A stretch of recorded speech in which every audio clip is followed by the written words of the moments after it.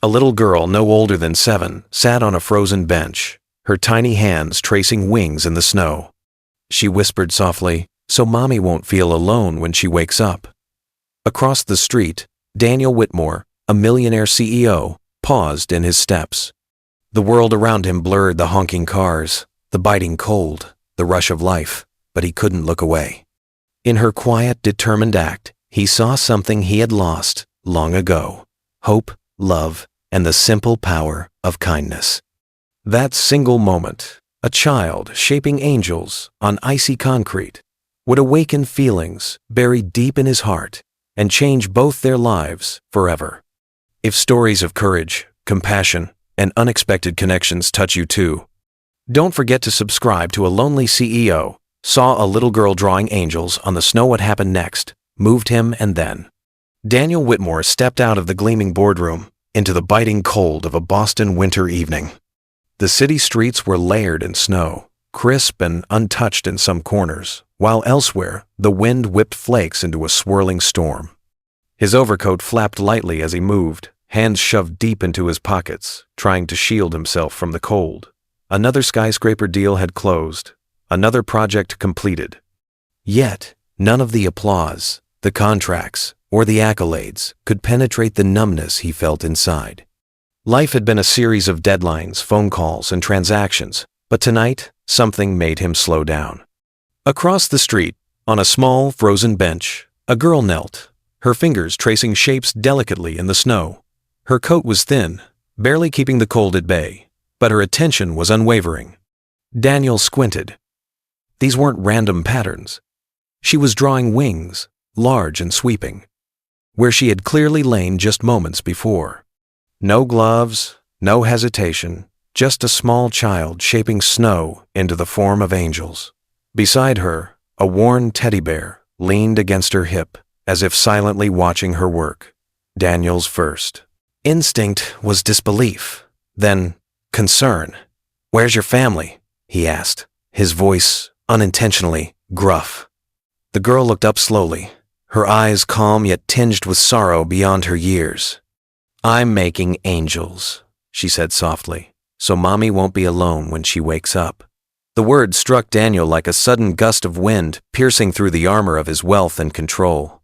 He glanced at the hospital nearby, imagining the sterile rooms and glowing ICU lights, wondering if the child's mother lay within, alone and unseeing.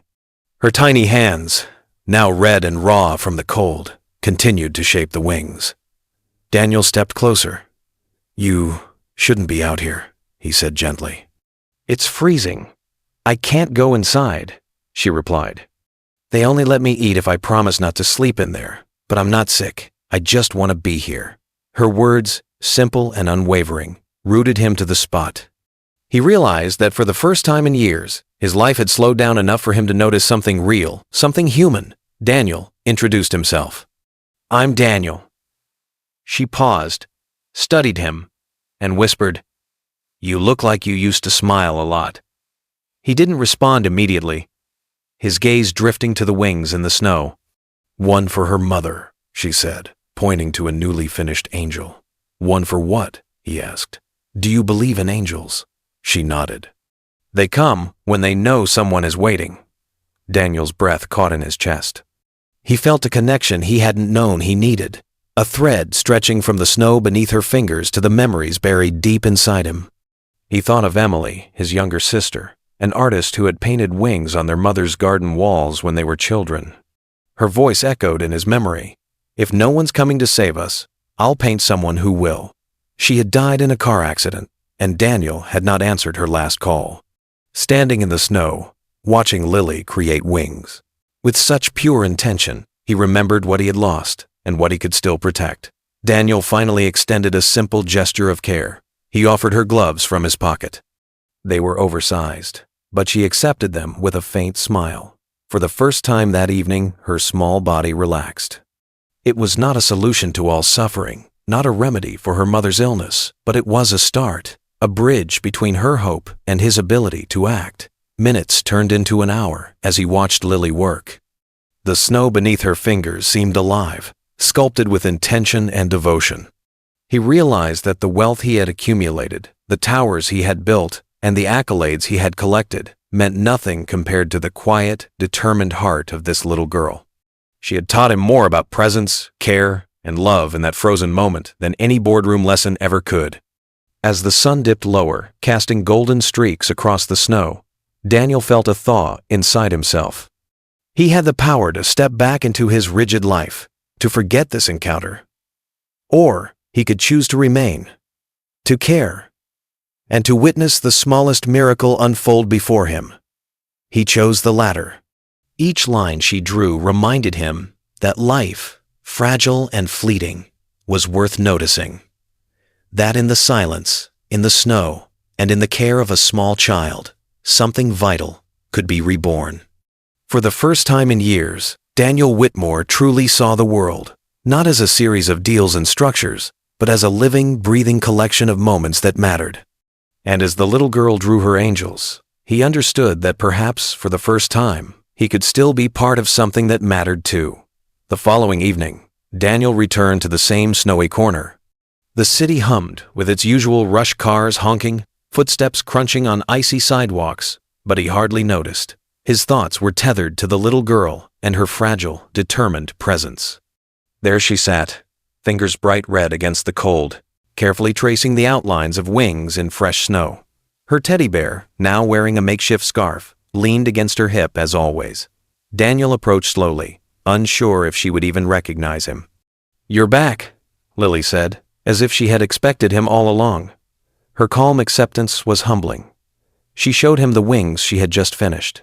They were larger, more detailed than the previous day. "Sometimes I make them big enough so the angels can see them from really far away," she explained. He knelt beside her, careful not to disturb the delicate shape she had crafted. "How's your mom today?" he asked. She answered simply, "Still sleeping, but I think she's trying to find her way back." Daniel was struck by her unwavering hope. Here was a child holding on to something heavier than most adults could bear. The fragile life of her mother. The faith that she would return. And yet, she carried it with grace. Daniel's chest tightened. He realized that he had been living detached from life, from real human connection, for years. Decisions were made for profit, not for compassion. But this child, through her quiet courage, was teaching him that presence could be more powerful than influence, that empathy could outweigh achievement. He asked about her routine. "You come here every day?" Lily nodded. "I don't leave. I have to make sure my mommy isn't alone. Sometimes I eat lunch in the visitor's room, but only if I promise not to sleep there. Otherwise, I stay right here." Daniel observed the discipline, the selflessness in her actions. Her dedication was a mirror, reflecting his own long-forgotten responsibilities, not to contracts, but to people, to love. From that moment, Daniel began visiting regularly. Each day, he arrived at the hospital instead of the high-rise office.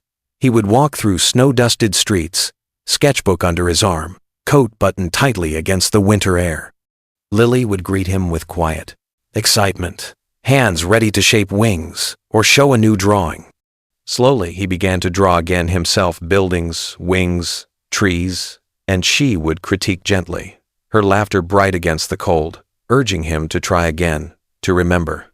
The hospital room where Lily's mother lay unconscious became a shared space of small rituals. Daniel brought cocoa with extra marshmallows, cookies shaped like angels, and crayons for Lily. He helped her set up tiny blanket forts, each with teddy bears standing guard. The acts were simple. Yet in them, Daniel rediscovered humanity he had long ignored. The sterile walls of the ICU could not suppress the warmth that grew in these moments, the quiet energy of hope, love, and steadfast faith. Lily's belief in angels sparked a transformation.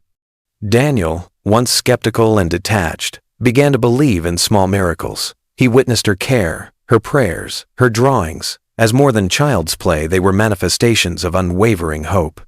He realized that his role was not that of a rescuer in a conventional sense, but a participant in a shared humanity that was both fragile and resilient. Over time, Nora Bennett's condition improved incrementally. Daniel watched the subtle shifts with awe, a flicker of recognition, a softening of features, the faintest smile. Yet it was Lily who anchored him, who reminded him daily why he had chosen to stay. In her steadfastness, he saw a blueprint for connection: patience, vigilance, and love as actions, not mere sentiments.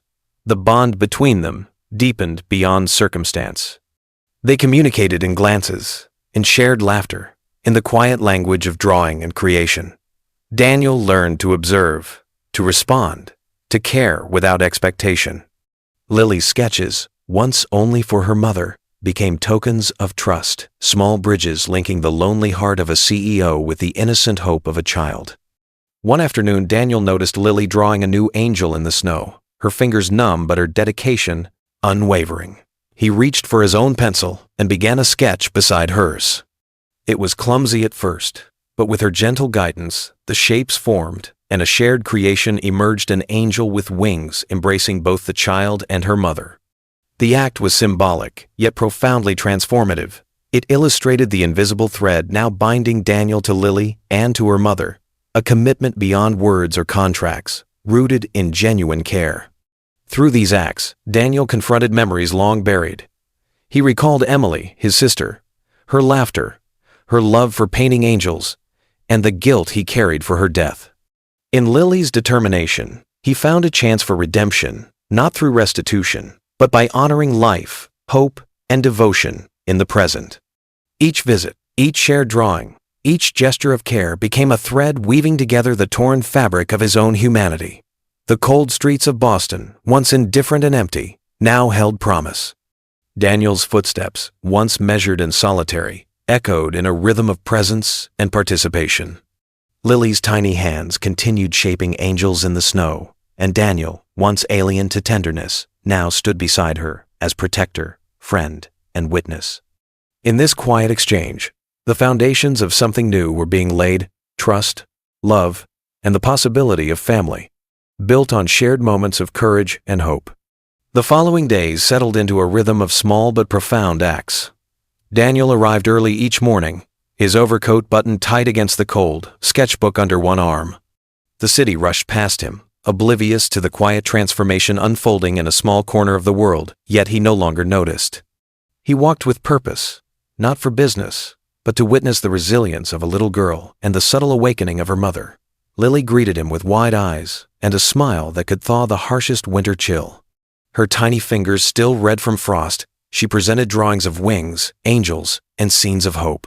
Daniel noticed the details, the care in each line, and in return, he began contributing sketches of his own, tentative at first, then increasingly confident. Together they crafted a shared language of shapes, colors, and gestures, a world built between the snow and the walls of the hospital. Inside the hospital, Nora Bennett's condition showed gradual signs of improvement. Each flicker of consciousness, each subtle movement, felt miraculous, not because of medicine alone, but because of the steadfast presence of her daughter and Daniel's attentive support. Daniel observed, offered comfort, and allowed Lily to guide him in providing the emotional scaffold her mother needed. The acts were unassuming, bringing cocoa, drawing with crayons, arranging small pillows, but they radiated profound care. Daniel found himself learning patience, humility, and empathy in ways the corporate world could never teach. He saw the power of simple human connection in Lily's unwavering vigilance and her gentle insistence on presence. Her tiny voice, insisting that her mother not wake alone, had awakened something within him, a willingness to act without expectation, to care purely and consistently. One evening, Daniel helped Lily construct a blanket fort in the corner of the waiting room. They decorated it with stars cut from napkins, carefully taped along the ceiling. Teddy bears stood in formation as guardians. The hospital staff, though initially bemused, began noticing the change, the quiet energy of hope filling the sterile corridors. It was contagious. The nurses smiled more easily, the security guard waved, the receptionist's steps lightened. A single child's determination and a CEO's willingness to participate had shifted the atmosphere entirely. Over the weeks, Daniel's presence became a constant. He brought small gifts, a battery-powered moon lamp that cast a warm glow over Nora's room, art supplies for Lily, and cookies shaped like angels. The family unit grew in subtle ways. Lily continued her drawings, each one a testament to love, hope, and continuity. Daniel watched her, realizing that through these gestures, he was slowly healing too, confronting grief, guilt, and detachment from years past. The transformative moments were quiet, yet profound. Daniel found himself observing the city differently, noticing small acts of kindness, the beauty in mundane routines, and the fragile lives around him. The contrast between the high-rise boardrooms and the hospital corridors became stark. He had spent years building towers of glass and steel, yet here, in a space of vulnerability and love, he found grounding. The family he had once considered distant or even irrelevant had become his center. Nora's first smile, faint and tentative, was a turning point. Daniel and Lily were present at that moment, witnessing life's resilience firsthand. Lily's laughter, echoing through the hospital room, and her insistence on decorating the space with drawings of angels, colored pencils, and small toys created a tapestry of care, bringing warmth to an otherwise clinical environment. Daniel's heart, long armored with ambition and detachment, softened completely. As the days turned into weeks, the family established rituals, morning walks in the snow, drawing sessions, and quiet moments beside Nora's bed. Daniel rediscovered joy in simplicity, in giving without expectation, and in observing growth where he could nurture it. He realized that love and care were not only for family by blood, but for those who allowed you to be fully present, to witness and participate in life's fragile beauty. Then came the day when Lily created an angel larger than any before, sculpted carefully across the snowy lawn of their temporary home. Daniel watched in awe as the figure spanned from hedge to hedge, a protective and symbolic representation of their shared journey. Nora, observing from the doorway, allowed herself to be enveloped in the warmth of presence, trust, and a sense of belonging. The trio Daniel, Lily, and Nora stood together, the snow around them sparkling like a canvas for hope. Daniel reflected on the lessons learned. He had built countless structures reaching toward the sky, yet none had provided the grounding, fulfillment, and meaning this experience had given him.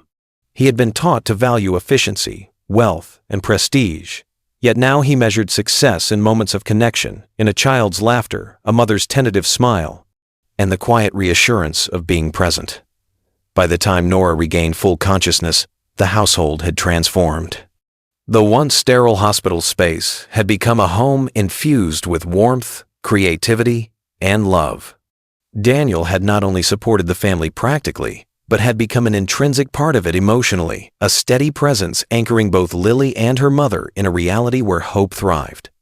Together, they had discovered that family is not solely defined by blood, but by care, patience, and shared experiences. The lessons from a child drawing angels in the snow extended far beyond the hospital walls, reshaping the life of a man who had once measured himself by wealth alone. Daniel had been given wings through the simple act of witnessing and participating in Lily's devotion. In turn, he learned to help others find theirs. The snow continued to fall outside, but inside, the warmth of connection, love, and hope prevailed. Daniel's world, once confined to skyscrapers and deadlines, now expanded to embrace the fragile yet powerful bonds of human empathy. In Lily and Nora, he found a purpose and a home that could not be measured in success or fortune, only in the quiet, enduring presence of love.